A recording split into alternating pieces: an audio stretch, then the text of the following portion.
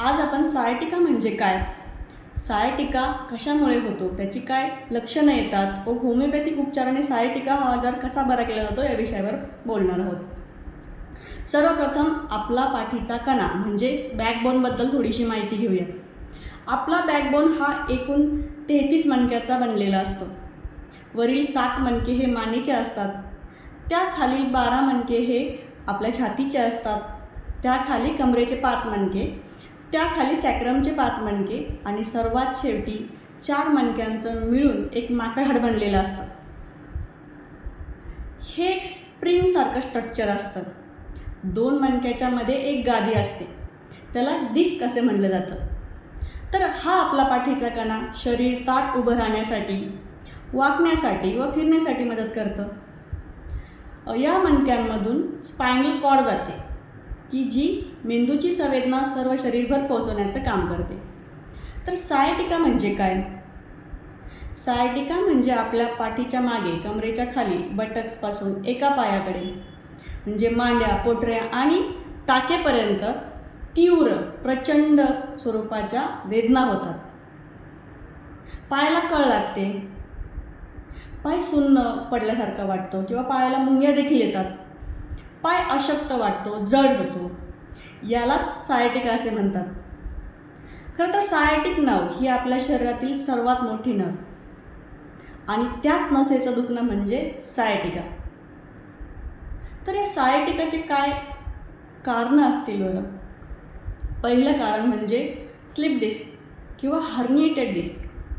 आपल्या 2 मणक्याच्या मध्ये जी गादी असते ती काही कारणास्तव स्लिप होते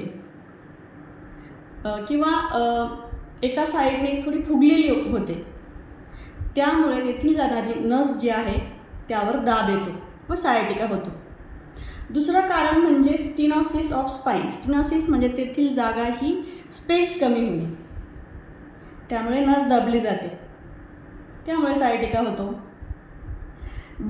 पुअर पोश्चर म्हणजे खूप जास्त वेळ चुकीच्या पद्धतीने बसल्या गेल्यामुळे देखील सायटिका होतो. चुकीच्या पद्धतीने वजन उचललं तरी देखील सायटिका होतो. प्रेग्नन्सीमध्ये गर्भाच्या प्रेशरमुळे देखील काहींना सायटिका होतो. किंवा आपल्या मणक्यावर, स्पाईनवर काही इंजुरी झाली किंवा अपघातामध्ये काही इजा झाली तरी देखील सायटिका होतो. तर या सायटिकाची काही लक्षणं येतील बरं?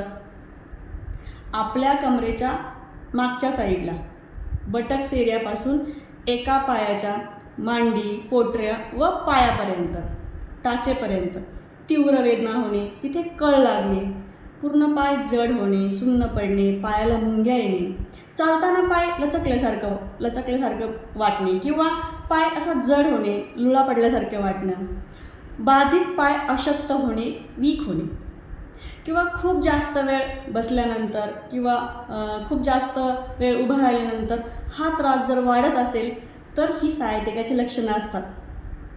होमिओपॅथिक उपचाराने सायटिका हा आजार कसा बरा केला जातो बरं? आजार जितका ॲक्यूट तेवढीच रिकव्हरी ही फास्ट असते. होमिओपॅथीमध्ये आपण प्रत्येक पेशंटची डिटेल केस हिस्ट्री घेतो, म्हणजे पेशंटचं काम कसं आहे, व्यायाम किती आहे, पर्सनल हॅबिट्स कशा आहेत, यावरून आपल्याला सायटिकाची काय कारणं असतात हे कळलं जातं. नंतर पेशंटची जी पायाला पेन किती आहे, पेन हे कुठून कुठपर्यंत आहे, पेशंट चालताना कंडिशन कशी आहे, या सर्व गोष्टींच्या आधारे आपण होमिओपॅथीचं परफेक्टली सिलेक्टेड मेडिसिन देतो. तर हे मेडिसिन मणक्यांची लवचिकता वाढवतं, मणक्यांच्या स्नायूंवर सूज किंवा नसेवर जो दबाव आला असेल तो त्याचं फंक्शन नॉर्मलला करण्याचा प्रयत्न करतो. यामुळे तेथील आरोग्य सुधारून, औषधं त्या नसांवर काम करून सायटिका हा आजार बरा होतो. सोबतच योग्य व्यायाम व योग्य आहाराचं देखील मार्गदर्शन केलं जातं.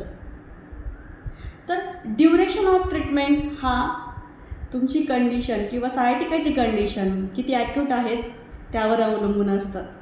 जर कंडिशन ॲक्यूट असेल तर कमीत कमी 3 महिने ट्रीटमेंट घ्यावी लागते आणि जर सायटिकाचा त्रास हा क्रॉनिक असेल, खूप जास्त दिवस झाले असतील, तर कमीत कमी 6 महिन्यांपर्यंत ही ट्रीटमेंट घ्यावी लागते.